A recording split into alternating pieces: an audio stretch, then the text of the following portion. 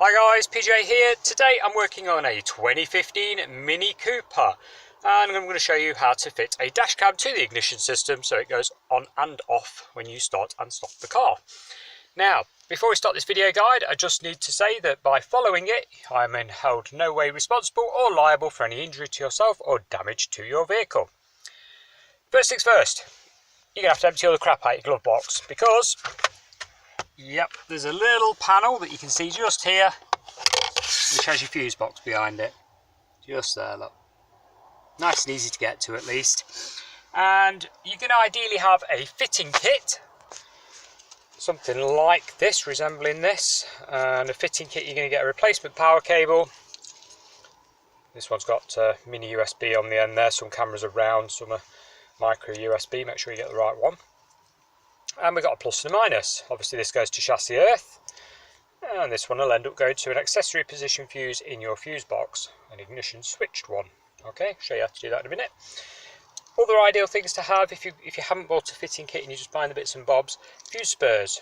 In this kit we get two. We get the bigger one, which is normally commercial vehicles or old-fashioned vehicles. We don't need that. We need these mini blade fuse spurs. What this does is double up a fuse socket in the fuse box. So you have a 2 or 3 amp fuse here to run your camera, and the fuse that you pull out of the fuse box goes in here, and then obviously you shove this in the fuse box to double the socket. It's got the wire sprag on it there to plug into the bullet connector for your power to your camera. Nice and easy. Does make life a lot easier. You can get these off eBay, Amazon. They're about £1.50, £2. And they just make life so much easier. You don't have to solder anything or anything like that. So try and get hold of something like that.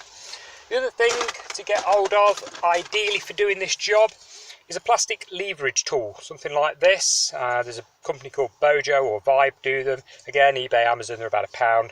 You don't want to be levering plastic trim on your car with a screwdriver, because quite obviously you're going to wreck it. It's going to make dint marks all over it and it's going to look horrible. So factory fitted finish, get the right tools for the job. Plastic leverage tool, probably the most important tool you're going to use other than, say, a multimeter or a test probe screwdriver. So first things first, we've got to prepare the cable. Okay, now a lot of these cables come with a ferrite filter. Hold on. Here we have a ferrite filter. Basically they come closed like that, pops open, it's on a hinge. And what you're going to basically do is wrap the wire through it, round it and back out again, so around the outside of it. So it looks like this.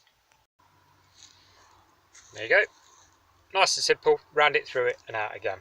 This is to help with DAB interference, so if you've got a DAB radio, this should help with interference. It's not guaranteed, so bear that in mind. You could still have rubbish DAB interference if your camera's not very well shielded. So, you know, some cameras aren't very well shielded, some are. Some vehicles are better at dealing with interference than some others. You won't know until you've tried it. So, next thing we're going to do is pop a couple of cable ties on the cable just to beef it up so that it doesn't fall down when you're driving along and hit one of the big potholes in the road. You don't want it dangling down in front of the window screen while you're driving along. So what we're going to do is wrap a couple of cable ties around it, like so. So we've got one wrap around there and then a bit further along one here. Now the reason I've covered them in electrical tape is because if you've ever cut cable ties, you'll know that they can have a sharp edge where you've cut them. Now the headline is made of a fibre card type substance with a cloth covering. In time, in theory, with the car shaking around, it could rub the inside of your headlining and make a mess of it. So this is just to pad it out a little bit. It's something I've done for years and it seems to work, so an ideal thing to do. Now next up, we've got to get this up above the headlining. So here's the rear view mirror. We're going to the side just here, and there's my connector. The headlining is quite fragile. Do not go at this like a bull in a china shop. Take your time.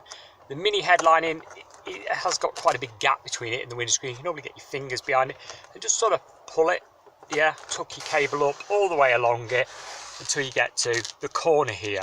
Now on the corner here behind this panel, we're just going to check for an airbag. It should have an airbag on this year, and we're going to feed the cable behind the airbag and out. So we're going to pull this rubber trim off at first. So working down at the side of the dash, just grab, pull all the way up.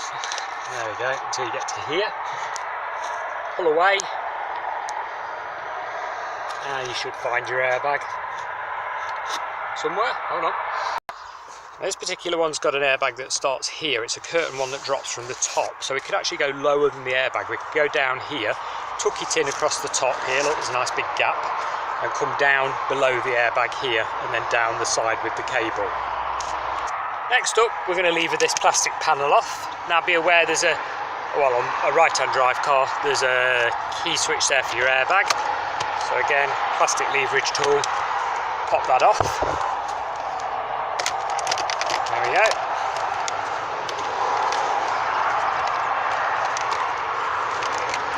Just watch the cables there, they are quite fragile, okay? Now what we've got is two bolts, 13mm bolts here.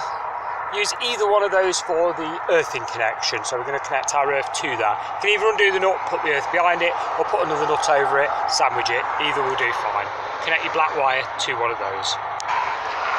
So here we can see we put a washer, then a ring terminal on for the earth cable, and obviously you want your nut going back on over the top of that.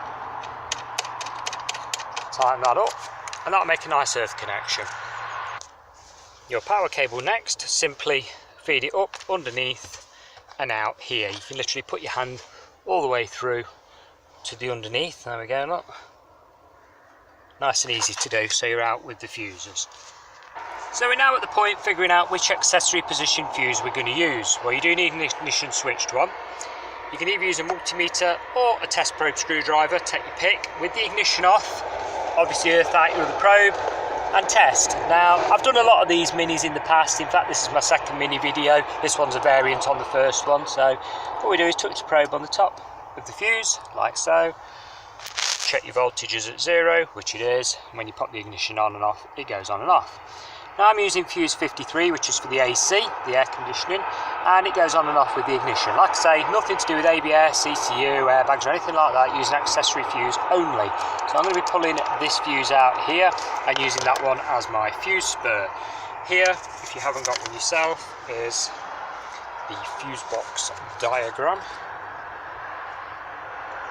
Just bear in mind that depending on the country the vehicle's sold, and the spec, it could well have a completely different fuse box layout. You have already got one of these tucked in your fuse box, but it may be helpful. So fuse 53, there we go, AC.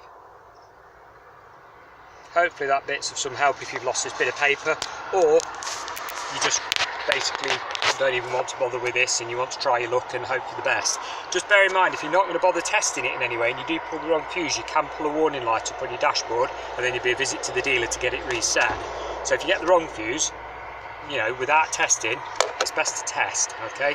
Always best to test. When you put your ignition on, you need that to read like 12 point something or other to show it's a 12 volt fuse system, yeah? Anyway, moving on, we're going to pull that fuse out now with the ignition off. There we go.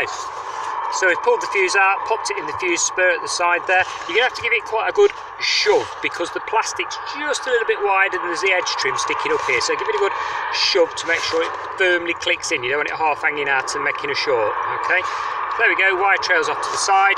At this point, you're free to test your camera actually works and basically tidy up all this. So we're just going to wrap all this up and pack it in the end here.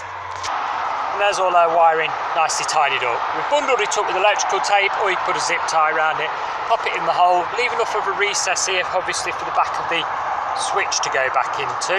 Yeah, don't block the hole up completely because that's got to go back on. And this quite literally clips back into place, nice and easy to do.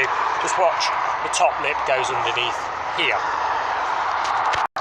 With that in place, pop your rubber trim back over, like so.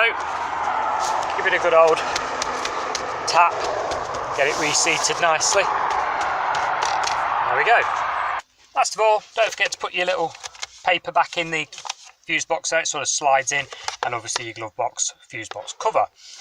And that, guys, is how you fit a dash cam into a Mini Cooper. Like I say, this is a variant on another video that I've done regarding a Mini. It's because they change the spec on them occasionally.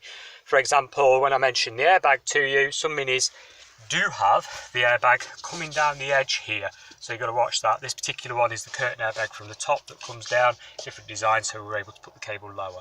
Not much in it other than that, but every little bit of info helps, doesn't it? And with that, guys, that is the end of this video. Hopefully you'll have good luck fitting your camera. If you've got any questions, pop them in the comments below. I do my best to get back to you as quickly as I can, but I am inundated with questions every single day, so just bear that one in mind. Thank you very much for watching, and goodbye for now.